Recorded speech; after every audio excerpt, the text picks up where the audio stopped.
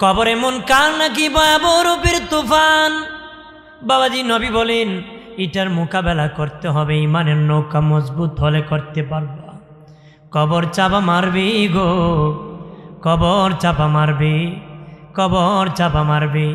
সেটার মোকাবেলা করতে ইমানের নৌকা মজবুত করতে হবে। মিজানের পাল্লার কাছে নেকি বদি ওজন হবে, যারা কম হবে জাহান্নামী হয়ে যাবে, সামান্য বেশি হলে জান্নাতি হয়ে যাবে, সামান্য কম হলে দুজকি হয়ে যাবে। সেই সময় বড় ভয়াবহ মোকাবেলা করতে হবে।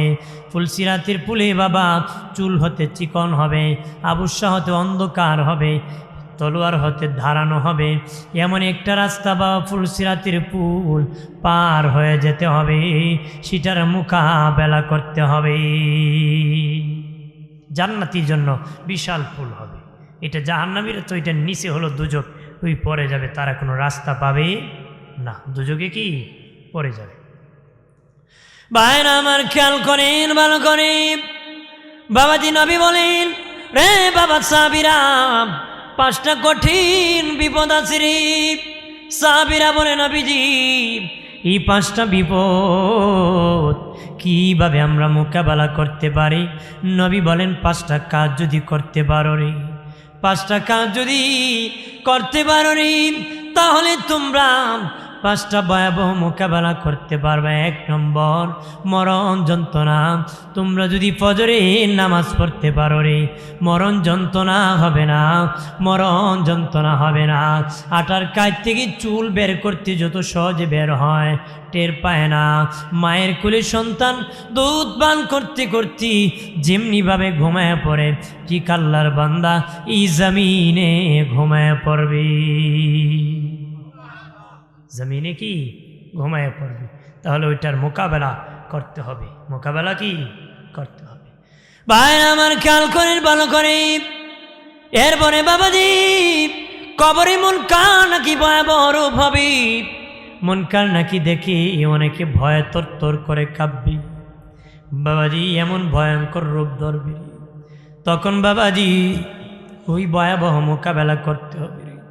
মোকাবেলা করেছেন রে সাহাবায়ে কেরাম, আল্লাহ নবী সাহাবী হযরত আবু মুসা রাদিয়াল্লাহু তাআলা আনহুকে যখন কবরে শুয়ে দেওয়া হলো, আবু মুসা রাদিয়াল্লাহু তাআলা আনহুকে যখন কবরে শুয়ে দেওয়া হলো, মুনকার নাকি প্রশ্ন করেছে রব কি, তোমার মালিক কে? তখন তিনি বলেন মুনকার নাকি তোমরা বলো কত দূর থেকে এসেছ? বলে 500 মাইল দূর থেকে আমরা এসেছি, 500 মাইল দূর থেকে এসেছি। আবু মুসা রাদিয়াল্লাহু তাআলা কি বলেন, হে মুনকার নাকি তোমরা যদি 500 মাইল দূর থেকে আসিয়া আল্লাহকে ভুলো নাই, আল্লাহকে বলো নাই আমি আবু মুসা মাটির কয়েক হাত উপর থেকে নিচে এসেছি, এত তাড়াতাড়ি আল্লাহকে কেন ভুলে যাব রে? আরো জোরে কর। উনি তোমরা যদি এত দূর থেকে ভুলো নাই, আমি তো মাত্র কয়েক হাত উপর থেকে আসছি, আমি ভুলে যাব নাকি? সুবহানাল্লাহ। কিন্তু অনেকে মুনকার নাকিকে দেখে ভয়তে সব ভুলে যাবে। কিন্তু যারা ইমানদার, ইমান মজবুত আছে, যারা জোহরের সালাত পড়েছে, তারা সেদিন সে মোকাবেলা করতে পারবে। কন্যা সুবহানাল্লাহ। ভাইরা আমার খেয়াল করেন, ভালো করে। ও বাবাজি কবর চাপা মারবে রে বাবাজি, বেঈমানকে কবর চাপা মারবে, গুনাহগারকে চাপা মারবে। আল্লাহর ওলি কবরে গেলে কবর চাপা মারবে। ওলিকে কেমনে দিবে? বন্ধু বন্ধুর সাথে দেখা হলে সিনার সাথে সিনা লাগাইয়া ধরে, চাপ দিয়া ধরে। বাবাজি মা সন্তানকে দুধ খাওয়ানোর সময় বাবাজি হাত দিয়ে চাপ দিয়া ধরে। আল্লাহর ওলি কবরে যাওয়া মাত্র কবরের মাটি দুই পাশের ভালোবেসে চাপ দিয়া ধরবি, আদর করে ধরবি। সুবহানাল্লাহ কন্যা। আর বাবাজি একজন ইমানদার গুনাহগার কেউ চাপা মারবি, কি পরিমাণ চাপা দিবে জানেননি? ওই পরিমাণ চাপা দিবে যেই পরিমাণ চাপ দিলে জীবনের গুনাহ ক্ষমা হয়ে যাবে, ওই পরিমাণ চাপ দিবে রে। ওই পরিমাণ চাপ দি বাবাজি অন্য নবীর উম্মতের ব্যাপারে আসে নাই। জাহান্নামী হয়ে কবরে ঢুকবে, হাসরের দিন জান্নাতি হয়ে উঠবে। কিন্তু উম্মতে মুহাম্মদীর ব্যাপারে এসেছে অনেকে জাহান্নামী হয়ে কবরে ঢুকবে, হাসরের দিন জান্নাতি হয়ে উঠবে। কবরের মাটি চাপা মেরে জীবনের গুনাহ ক্ষমা করে হাসরের মাটি জান্নাতি বানিয়ে উঠাবে। অথবা নেক আওলাদ থেকে গিয়েছে, আওলাদ দোয়া করেছে, কবরে তার জন্য সব পুষতে পুষতে ইসরাফিল যেদিন বাঁশি বাজাবে দেখবে গুনাহ কমে নেকি বেড়ে গেছে, জান্নাতি হইয়া হাসরের মাঠে দাঁড়ায় যাবে। তাহলে ভালো সন্তান রেখে যেতে হবে, কতক্ষণ ঠিক কিনা? 3 নম্বর বিপদ নবী বলেন কবর চাপা আমার বেরি। বাবা সাবিরা, তোমরা আসরের নামাজ যদি পড়তে পারো তোমাদের কবর সংকীর্ণ হবে না, কবর জগৎ হয়ে যাবে, কবর বড় হয়ে যাবে, কবর জগৎ হয়ে যাবে, কবরের সাথে জান্নাতের যোগাযোগ লেগে যাবে। একটু চিল্লায় বলে মারহাবা। 4 নম্বর বিপদ মিজানের পাল্লার কাছে। এই মোকাবেলা করতে গেলে মাগরিবের নামাজ পড়তে হবে। মাগরিবের নামাজ যারা পড়বে তার মিজানে নেকির পাল্লা বাড়ি হয়ে যাবে, জান্নাতি হয়ে যাবে। 5 নম্বর নবী বলেন বাবা সাবিরা, ফুলসিরাতের পুলি ভয়াবহ মোকাবেলা করতে হবে রে। পরিপূর্ণ আমলদার হলে মোকাবেলা করতে হবে, পরিপূর্ণ আমলদার হলে ওই ফুলসিরাতের পুল মোকাবেলা করতে পারবে। ফুলসিরাতের পুলি কেউ জান্নাতে যাবি, বিজলির আকারে যাবি বাবাজি, কেউ ঘোড়ার দৌড় নিয়ে যাবে, কেউ হামাগুড়ি দিয়ে যাবে। রাস্তায় একটি গতি 3টা হবে, কারণ জানেননি আমার মোবাইলে একটা বাতি জ্বলে, এটা 2-3 হাত দেখা যায়, দৌড় দিলে 2-3 হাত দেখে দৌড় দিতে হবে। বড় টর্চ লাইট মারলে বহু দূর দেখা যায়, দৌড় দিলে বাবা আরেকটু স্পিড বাড়বে, আরো বেশি পাওয়ারফুল বাতি হলে আরো স্পিড বেড়ে যাবে। ঠিক ওই ফুলসিরাতের পুলে দৌড়ের গতি কার কত হবে জানোনি? যার আমল যত বেশি তার গতি তত বেশি হবে, মানে হলো তার লাইটের পাওয়ার তত বেশি। যার আমল যত বেশি হবে বাবাজি তার লাইটের পাওয়ার তত বেশি হবে, গতি তার দৌড়ের তত হবে রে। যার সেকেন্ড আমলে তার দৌড় সেকেন্ড হবে, যা আমলে 3rd ক্লাস বার দৌড়ে 3rd ক্লাস হবে। যার আমল নাই অন্ধকার অন্ধকার জাহান্নামে পড়ে যাবি। এই জন্য নবী বলেন বাবারি এই 5টা ভয়াবহ মোকাবেলা করতে হবে। কঠিন যন্ত্রণা মরণের সময় আজরিল যখন হাজির হবে বাবাজি, ইমাম জালালউদ্দিন সুয়ুতি বলেন মরণের সময় 500 ফেরেশতা ঝাঁপিয়া পড়ে, নেককার হলে রহমতের আসে, বদকার হলে গজবের আসে রে। ঝাঁপিয়া পড়ে যায়, নড়াচড়ার ক্ষমতা নাই, পলানোর ক্ষমতা নাই, বীর বাহাদুর হলো পলাতে পারবেন না, এমন পৃথিবীতে কেউ নাই। আজরাইল এসেছিল তার শক্তির সাথে পারে নাই, যত বীর বাহাদুর হোক, সাদ্দাতের মতন বেঈমান, ফেরাউনের মতন বেঈমান, কারুনের মতন বেঈমান, যত পৃথিবীতে পাপীর বেঈমান বীর বাহাদুর ছিল তাদেরকেও ছাড়ে নাই, কিয়ামতের আগে কাউকেও ছাড়বে না, সকলকে শেষ করে দিবে রে। প্রাণের বাবাজি খেয়াল করেন, ভালো করেন, রুহ যখন কবজ করা হয় তখন বাবা আজরাইল রুহ নিয়ে প্রথম আসমানের দরজায় যায়। প্রথম আসমানের দারোয়ান ফেরেশতা বলেন কেন? আজরাইল বলে আমি কসবা পাতানিয়া দাঁড়ের অমুকের ছেলে অমুকের রুহ কবজ করে আমি এনেছি। বলবে হ্যাঁ, আল্লাহ আমার কাছে লিস্টি খাতা দিয়েছে, যদি নেককার হয় অনুমতি আছে, বদকার হলে অনুমতি নাই। লিস্টি দেখে বলবে হ্যাঁ নেককার, অনুমতি আছে। আল্লাহ বলেছেন আসলে যেন দেরি করি না, তাড়াতাড়ি দরজা খুলে দিই। সব আসমানের দরজা খুলে দেওয়া হবে, জান্নাতের দরজা খুলে দেওয়া হবে। জান্নাতের ভিতরে একটা ডায়েরি খাতা থাকবে, লিস্টি থাকবে, সেটার মধ্যে আজরাইল নিয়ে যাতে জান্নাতের নামটা লিখে দিবে। তখন রুহ নিয়ে জমিনে আসবে একজন ফাসিক, বেঈমান, সুদখোর, ঘুষখোর, হারামখোর, জিনাখোর, তার রুহ নিয়ে যখন প্রথম আসমানে যাবি গো, তখন বলবে না এমন নাফরমান আসলে যেন দরজা না খুলি। রুহ নিয়ে জমি জমিনে আসবে, জমিনেরও দরজা আছে, কয়েক মাইল পর্যন্ত নরম মাটি যাওয়া যায়, তারপরে তামার পাহাড়, সীসার পাহাড়, লোহার পাহাড়, বাবাজি 28 মাইল নিচেছি। তারপরে জাহান্নাম, ওই জাহান্নামের দরজা খুলে যাবে, রুহুল ইয়াম জাহান্নামের ভিতর ঢুকবে, রুহ জাহান্নামে ঘোরাঘুরি করবে, রুহ নিয়ে জমিনে আসবে। রুহ একজন ফেরেশতার হাতে থাকে রে। কেউ বাবা বাস করতেছে, কেউ গরম পানি করতেছে গো, কেউ কাপড় আনতে গিয়েছে, কেউ কান্না করতেছে, কেউ কবর খনন করতেছে। আম্মা জান আয়েশা সিদ্দিকা রাদিয়াল্লাহু তাআলা আনহা দিনের নবীকে বলেছিলেন, ইয়া রাসূলুল্লাহ, নবী, মায়া নবী, মানুষের ইন্তেকালের পরে সবচেয়ে বেশি যন্ত্রণার সময় কোনটা গো নবী? নবী বলেন, আয়েশা, যখন মরে যায় তার গায়ের জামা কাপড়গুলো যখন টানিয়া টানিয়া খুলে ফেলে, যখন তার লুঙ্গি টানিয়া খুলে ফেলে, গেঞ্জি কেসি দিয়ে কেটে ফেলে, মুর্দারু চিৎকার দিয়া বলে, আমার সন্তানেরা, আমি জীবনে অনেক লুঙ্গি পরেছি, অনেক পাঞ্জাবি পরেছি রে, অনেক শার্ট গায়ে দিয়েছি, আর জীবনে তো বাবা পরবো না, কিছুক্ষণ পরতে দাও। পৃথিবীর কেউ মানে না, টানিয়া টানিয়া কাপড় খুলে ফেলে। কথা কনা, যত দামি কাপড় হয় রাখে নাকি, টানে হেসড়ে নিক্ষেপ করা হয়, যেটা এত কম দামি হয় কেউ আর পড়তেও রাজি হয় না। কেউ পড়তে কি, একজন গরিবকে দিল, হে বেটা কয় আমি গরিব ইসলাম বলে ওই কাপড় পরালে ইসলাম নাকি? কথা না, মানুষ তো ডর ভয় পায়, নিজের বাপ মরছে হে এ বেচারও ভয় পায়। কথা না, যে রুমে বাবা ঘুমাইছে ও রুমের খাট পর্যন্ত উল্টায় দেয়। বহু লোক আছে আমাদেরকে নিয়ে কয়, রুহ নাকি ক্ষতি করে, আমি মারাত্মক করে, বাড়ি ফলায় ভাগে। বাড়ি সারে কি, বাড়ি সারিয়ে ভাগে না তো মজাও সারতে পারে না, আবার ক্ষতি করবো নাকি, এটা ধর্মের জ্ঞান নাই বলে এই কথা বলছি। কতক্ষণ ঠিক কিনা? জ্ঞান যদি থাকতো এ কথা বলতো না। এই জন্য ধর্মের জ্ঞান দিতে হবে, শিক্ষিত বানালে হবে না, ইসলাম শিখাতে হবে। কথা বলেন ঠিক কিনা? আমার প্রাণের বাবাজি, আরে যুবকেরা, তরুণেরা, ভালোভাবে খেয়াল করো।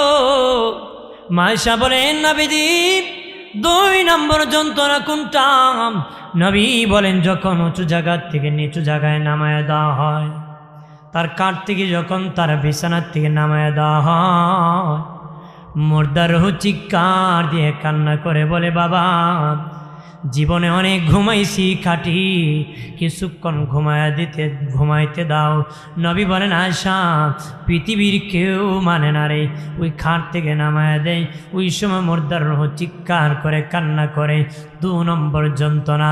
3 নম্বর, যখন ধরিয়া ঘর থেকে লাশটা বাহির করা হয়, তখন রূহ চিৎকার দেয়া বলে, বাবা এই ঘর বানাতে চাকরি করেছি, কত সফর করেছি, প্রবাসী জিন্দিগি করেছি, মানুষের বাড়ি কাজ করেছি, টালা গাড়ি চালাইছি, রিক্সা চালাইছি, বৃষ্টি ভিজেছি, রৌদ্রে শুকাইছি, সীমানা নিয়ে কত ধাক্কাধাক্কি করেছি রে, কত তর্ক বিতর্ক করেছি। আমি বাবাকে কিছুক্ষণ রে ঘরে থাকতে দাও। বাবাজি হাসপাতালে বাবা মরে গেছে, ঘরেও ঢুকায় না, এমনও সন্তান আছে বাহির থেকে দাফন করে দিছে। নবী বলেন, আয়েশা, যখন তাকে বাহির করা হয় 3 নম্বর যন্ত্রণা, তখন চিৎকার করে কান্নাকাটি করে রে। জানাজার মাঠে না হয় বাবাজি, জানাজার শ্রোতার উদ্দেশ্যে তার রুহ একটা বাসন প্রদান করে। উপস্থিত জানাজার মুসল্লিয়ান যদি জান্নাতি হয়, রুহ ডেকে বলেন, জানাজার উপস্থিতি মুসল্লিয়ান শুনে নাও রে, আমি আল্লাহর ইবাদত বন্দিগি করার কারণে জান্নাতি হয়েছি, আমি যেই পথে হেঁটেছি তোমরা সেই পথে হাঁটবা, তোমরা জান্নাতি হবারে। আর যদি জাহান্নামী হয়, তখন বলে, তোমরা যদি জানতা আমি জাহান্নামী, তোমরা আমার জানাজায় আসতা না, আমার জন্য কান্না করতা না, আমার জন্য কবর খনন করতা না। এইভাবে বলতে থাকে। কবরে যখন নামায় দেওয়া হয়, সাথে সাথে রুহটা যে জিন্দা করা হয়, হয়, 3টা প্রশ্ন করা হবে। যদি জবাব দিতে পারে জান্নাত, না দিতে পারলে জাহান্নাম। যখন জাহান্নামী হয়ে যাবে রে বাবাজি, কবর চাপা মারবি, একজন অন্ধ ফেরেশতা মোটা একটা বেন্দারি কবরে আসবি। জাহান্নামের 70,000 অস্ত্র আছে, জাহান্নামীকে ব্যবহার করার 70,000 অস্ত্র আছে, একটার থেকে আরেকটা ভয়ঙ্কর, একটার থেকে আরেকটা ভয়ঙ্কর। আমাদের দেশে দেশীয় অস্ত্র আছে মানুষ মারার বাবা, একটার থেকে আরেকটার ভয়ঙ্কর, একটা একরকম আর একটা আরেক রকম। কথা বলেন ঠিক কিনা? ঠিক। জাহান্নামীদেরকে যে শাস্তি দেওয়া হবে, 70,000 করে আযাব আছে, অস্ত্র আছে, এক একটা অস্ত্র এক এক রকম। এর মধ্যে একটা অস্ত্র হলো একটা গদা, একটা লাঠি থাকবি, একটা লাঠি দি একটা বাড়ি মারবি, 70,000 গজ নিচে যাবি, আবার টান দিয়ে উঠাবি, আবার বাড়ি মারবি, আবার উঠাবি, উইলু চিৎকার করবি বাবা, আওয়াজ করবে। নবী বলেন তার চিৎকারের আওয়াজ মানুষ আর জিন শুনতে পায় না, বাকি সব শুনে রে। মানুষ আর জিন যদি শুনতো, দুনিয়া সব পালায়া পাগল পারা হয়ে যেত। কথা বলেন ঠিক কিনা? ভাইরা আমার, খেয়াল করেন, ভালো করেন। আল্লাহ নবীর সাহাবী সাদ ইবনে মুআজ রাদিয়াল্লাহু তাআলা আনহুর ইন্তেকালের পরে দয়াল নবী জানাজার ইমামতি করেছেন। খাটিয়ায় লাশ যখন নিয়ে যেতেছেন, নবী পিছনে পিছনে হাঁটতেছেন, বুড়ি আঙ্গুল মুবারকে ভর করে করে। সাহাবায়ে কেরাম বললেন, মায়ার নবী, অগদিনের নবী, বুড়ি আঙ্গুল মুবারকে ভর করে করে হাঁটিন, পা মুবারক কেন পুরা ফেলতেছেন না? পায়ে কোনো অসুবিধা হয়েছে নাকি? নবী বলেন, বাবা সাবিরাম, আমি যা দেখি রে তোমরা তা দেখো না। আমি রাসূল দেখতেছি, আমার সাদ ইবনে মুআযের জানাজায় এত ফেরেশতা শরীক হয়েছে, আমি রাসূলুল্লাহ পা রাখার জায়গা পাইতেছি না রে। আরো আস্তে কইন সুবহানাল্লাহ, আরো জোরে সুবহানাল্লাহ কইলে ঘুমে ধরে নাকি? গলা ব্যথা হয়? একটু জোরে কর না, আরো জোরে। ভাইরা আমার, খেয়াল করেন, ভালো করে। ও বাবাজি, খেয়াল করেন, ভালো করে রে। যখন সাদ ইবনে মুআজ রাদিয়াল্লাহু তাআলা আনহুকে কবরে নামায় দিয়া মাটি চাপা দেওয়া হলো, নবীজি কবরের পাশে 2 হাত বাড়ায়া কান্নায় ভেঙ্গে পড়ে গেলেন। সাহাবায়ে কেরাম বলে, নবীজি, ওগো মায়ার নবী, কি জন্য কান্না করতেছেন? নবী বলেন, আমার সাদ ইবনে মুআজের কবরে যখন মাটি চাপা দিয়ে আমরা দাঁড়ায় গেছি, কবরের দুপাশের মাটি চাপা মারা শুরু করছে। আমি রাসূল দেখি সহ্য করতে পারি নাই, 2 হাত বাড়াইয়া কান্নায় ভেঙ্গে পড়েছি। আমি দোয়া করার কারণে আমার সাদ ইবনে মুআজের কবর জান্নাতের বাগান হয়ে গেছে। আরো জোরে কর। ভাইরা আমার, খেয়াল করে, ভালো করে। কবরে থাকতে হবে। ও বাবাজি, কতদিন জাননি?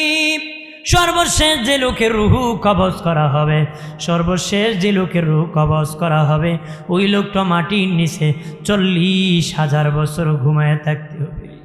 40,000 বছর ঘুমায় থাকতে হবে। সর্বশেষ যারাদের কবজ করা হবে, জিন জাতি, মানব জাতি, পশু পাখি, আজরাইল সবার কবজ করে বলবে, আল্লাহ কোনো মানুষ নাই, কোনো প্রাণী নাই, শুধু আছি ফেরেশতার আপনি গো। আল্লাহ বলেন, তোমরা 4 জন বাদে, ইসরাফিল, জিবরাইল, মিকাইল, তুমি আজরাইল সহ 4 জন বাকি সব ফেরেশতার রূহ কবজ করো। সব ফেরেশতার রূহ কবজ করা হবে গো। করার পরে আল্লাহ বলবেন, আজরাইল তুমি বাদে বাকি 3 জনের কবজ করো রে। 3 জনের করা হবে। এবার আল্লাহ বলবেন, আজরাইল তোমার পালা। আজরাইল তখন হাউ মাউ করে কান্নাকারি করে বলবে, আমি যদি আগে জানতাম আমার মরণ লাগবে গো, তাহলে আমি জীবনে কারোর রূহ কবজ করতাম না। বাবার সামনে ছেলের রূহ কবজ করতাম না, মায়ের সামনে মেয়ের রূহ কবজ করতাম না গো। আল্লাহ তখন বলবেন, এ আজরাইল তুমি মরে যাও। আল্লাহর হুকুমটাই তার মরণ বনে যাবে, সাথে সাথে তার রূহ কবজ হয়ে যাবে। আল্লাহ আল্লাহ কিছুই নাই বাবা, তবে 8টা জিনিস ধ্বংস হবে না। আরশ, কুরসি, লৌহ, কলম, জান্নাত, জাহান্নাম, ইসরাফিলের সিংহা, মানুষের রূহ। ওই 8টা জিনিস ধ্বংস হবে না। ইসরাফিলের সিংহার ভিতরে মানুষের রূহুর আসন থাকবে, প্রত্যেকটা মানুষ সিংহার ভিতরে থাকবে। সিংহা কত বড় জানেননি? আল্লাহ নবী যেদিন মেরাজে গিয়েছিলেন, ইসরাফিলের সাথে দেখা হয়। ইসরাফিল সিংহা মুখে নিয়ে দাঁড়িয়ে আছে। নবী একবার সালাম দিলেন, জবাব দেয় না, 2বার 3বার জবাব দিতেছে না। নবী বলেন, ইসরাফিল আমি বুঝতে পেরেছি রে, তুমি আল্লাহর হুকুমের অপেক্ষা করি, কখন আল্লাহ হুকুম করবে বাঁশি ফু দিয়ে দিবা। তবে রে ইসরাফিল আমি কিন্তু আল্লাহর মেহমান, জানিয়া রাখো বাড়িওয়ালা বাড়িতে মেহমান দাওয়াত দিয়ে বাড়ি ঘর ভাঙ্গে না রে। বাড়িওয়ালা বাড়িতে মেহমান দাওয়াত দি বাড়ি ঘর ভাঙ্গে না। আমি আল্লাহর মেহমান, আজকে তোমার ভাঙ্গার কথা বলবে না। নবী বলেন, ইসরাফিলের সিংহাটা কত বড় জাননি? মানুষের হাতের মধ্যে একটা টিকটিকি হারুলের ডিম যদি না করে, হাতের তালু অনেক বড়, ডিমটা অনেক ছোট। ইসরাফিলের সিংহার হাতে পৃথিবীটা হারুলের ডিমের মতন, সিংহাটা মানুষের হাতের তালুর মতন। আরো জোরে কর। সেই সিংহা দিয়ে বাঁশি ফু দিয়ে দিবি। বাবাজি ধারা উপধারা হবে রে। বাবাজি বিকট থেকে বিকট হবে।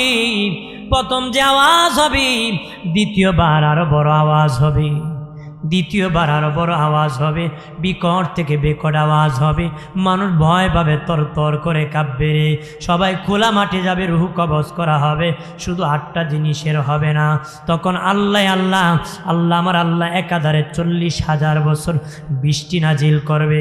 আমার আল্লাহ সুবহানাহু ওয়া তাআলা একাধারে 40,000 বছর এই আসমান থেকে বৃষ্টি নাজিল করবে। বৃষ্টির দ্বারা পৃথিবী সমতল করবে, পাহাড় পর্বত নদী নালা সব সমতল করবে, এক সমান করবে, মানুষের দেহ গঠন করবে। বাবাজি এরপরে আল্লাহ সব ফেরেশতা বানাবে।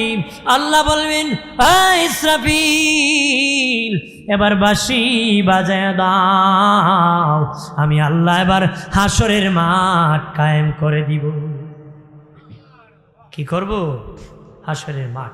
প্রথম কিয়ামত হয়েছে, দ্বিতীয় বিচার কাজ শুরু হবে। দ্বিতীয় সিংহার পো কি বিচার কাজ শুরু হবে। ইসরাফিল বলবে, আল্লাহ ও মালিক, আমি যখন বিকট শব্দ করব, আপনার বন্ধু হাবিবুল্লাহ মুহাম্মাদুর রাসূলুল্লাহ সাল্লাল্লাহু আলাইহি ওয়াসাল্লাম কবর থেকে রাগ করতে পারেন, বিকট শব্দ শুনে কষ্ট পেতে পারেন। আল্লাহ গো, আপনার বন্ধুকে আগে রওজাত থেকে উঠাতে হবে। আল্লাহ বলবেন, জিবরাইল যাও রে, 70,000 ফেরেশতা নিয়ে আমার বন্ধুকে রওজাত থেকে উঠাও। আমি আল্লাহর সালাম দিবা আর মাকাম মাহমুদের দাওয়াত দিবা। জিবরিল 70,000 ফেরেশতা কি করলো রে আজকে?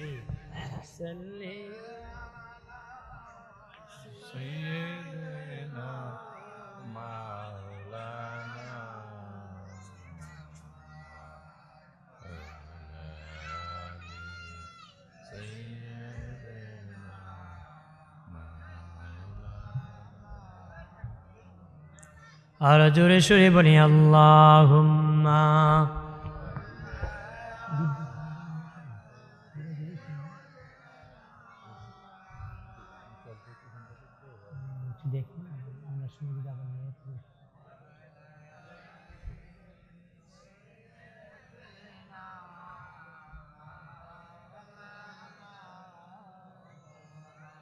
আল্লাহুম্মা সাল্লি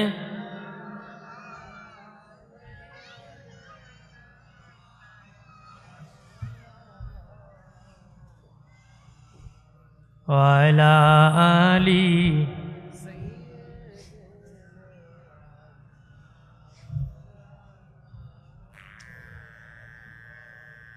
ডানে মাটি বামে মাটি, আমাটি হবে বিছানা, অপরেতে বাঁশের সানি, আলো বাতাস লাগবে না আল্লাহ।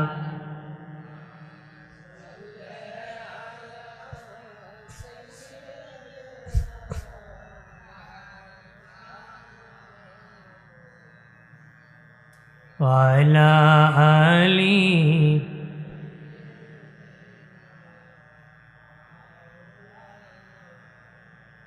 আমার প্রাণের বাবাজিরা রে, আরে যুবকেরা তরুণেরা ভালোভাবে খেয়াল করুরি। তখন বাবাজি জিবরিল আমিন বলবে, আল্লাহ ও মালিক, তামাম পৃথিবী সমতল হয়ে গেছে গো। নবীজির রওজা কোন দিকে? আল্লাহ বলবেন সোজা বরাবর যাও, যে দেখবা নূরের বাতি জ্বলতেছি, সেখানে নূরের নবীর রওজা মোবারক। যা হবে নবীকে দাঁড় করানো হবে। নবী ডানে তাকাবেন, বামে তাকাবেন, সামনে তাকাবেন, ময়দান ফাঁকা। ডেকে বলবেন, জিবরাইল, সবাই মনে হয় এই বিচার মনে হয় শেষ হয়ে গেছে, আমি মনে হয় সবার শেষে উঠেছি। জিবরিল বলবে, না নবীজি গো, আপনার আগে কেউ উঠতে পারে নাই। তখন দেখবে নবীজির কাফন মুবারকে কাদা মাটি লেগে আছে। জিবরিল বলবে, নবীজি ও মায়ের নবী, আপনার কাফন মুবারকে কাদা মাটি কেন? নবী বলবেন, জিবরাইল, দুনিয়ায় উম্মতের জন্য কান্না করতেছি, কবরে যাওয়ার পরে, রওজা যাওয়ার পরে কান্না করতে করতে আমার রওজার মাটিটা কাদা হয়ে গেছে। আর জোরে আল্লাহর ওলি মনসুর হাল্লাজ স্বপ্নে দেখে নবীর রওজা পানির উপর ভাসতেছে। ডেকে বলে, নবীজি রওজা পানির উপর কেন ভাসতেছে গো? নবী বলে, মনসুর, দুনিয়া উম্মতির জন্য কান্না করেছি, কবরে যাওয়ার পরে আমার কান্না করতে করতে উম্মতের জন্য আমার রওজাটা সাগর হয়ে গেছে। উনি ঘুম থেকে উঠে বাজারে বাজারে ঘুরে আর গান গায়, কয় কান্দায়ও না, কান্দায়ও না নবীকে, নবীকে কাঁদাইলে কাঁদবা হাসরে, নবীকে কাঁদাইলে কাঁদবা হাসরে। আল্লাহুম্মা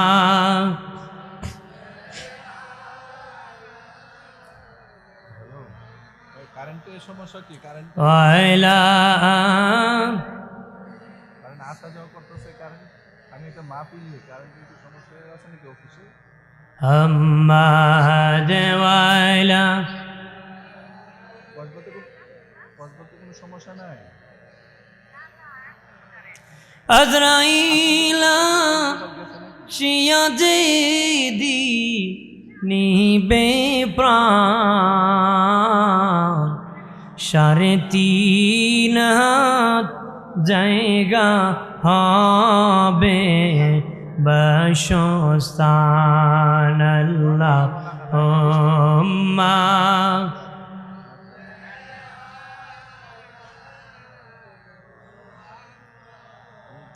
ওয়ালা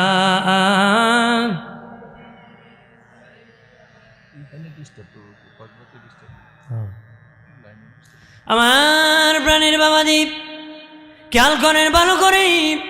ও বাবাজি, তারপরে দলে দলে সব নবীগণ দাঁড়াবেন, সব উম্মতগণ দাঁড়িয়ে যাবেন, দলে দলে কাতারে কাতারে দাঁড়াবি বাবাজি।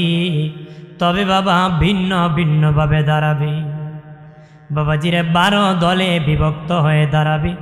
12 দলে কবর থেকে হাসরের মাটি বিভক্ত হয়ে দাঁড়াবে।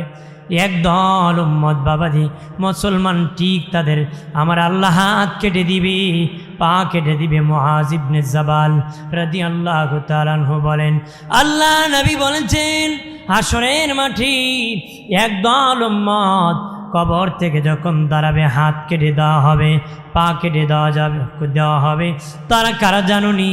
যারা জুলুম করেছে, মানুষের প্রতি নির্যাতন করেছে, দুর্বলের প্রতি জুলুম করেছে, প্রবাসীর প্রতি জুলুম করেছে, আমার আল্লাহ হাত পাগুলা কেটে দিবে। তারা গড়িয়া গড়িয়া হাসরের মাঠে দিয়ে যাবে। 2 নম্বর যাবে, বাবাজি নবী বলেন হাইওয়ান, জানোয়ারের সুরতি, পশুর সুরতে যাবে। তারা কারা জানোনি? বেনামাজি যারা নামাজ পড়ে নাই, তারা জানোয়ারের মতন হয়ে যাবে। 3 নম্বর, জীবাল পেট পাহাড়ের চেয়ে বড় হবে। অ্যাকুরিয়াম বেলুনের ভিতরে কিছু দিয়া যদি নাড়াচাড়া হয়, ভিতরে কি আছে দেখা যাবে। তাদের পেটের অজাগর সাপ ঘুরতেছে, এটা হাসরবাসী দেখবে।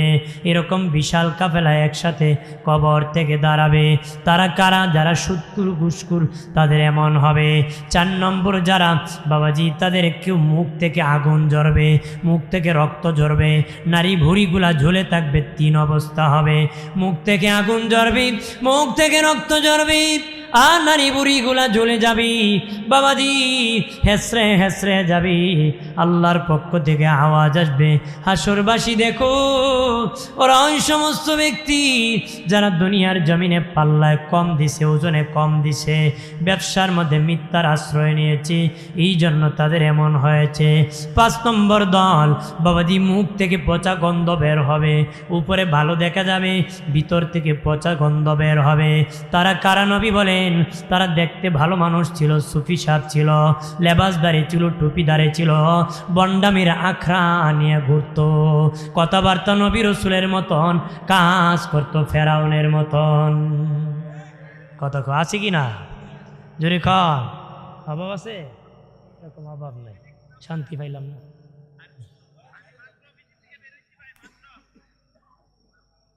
মাহফিলে আছে, মাহফিলে। জি,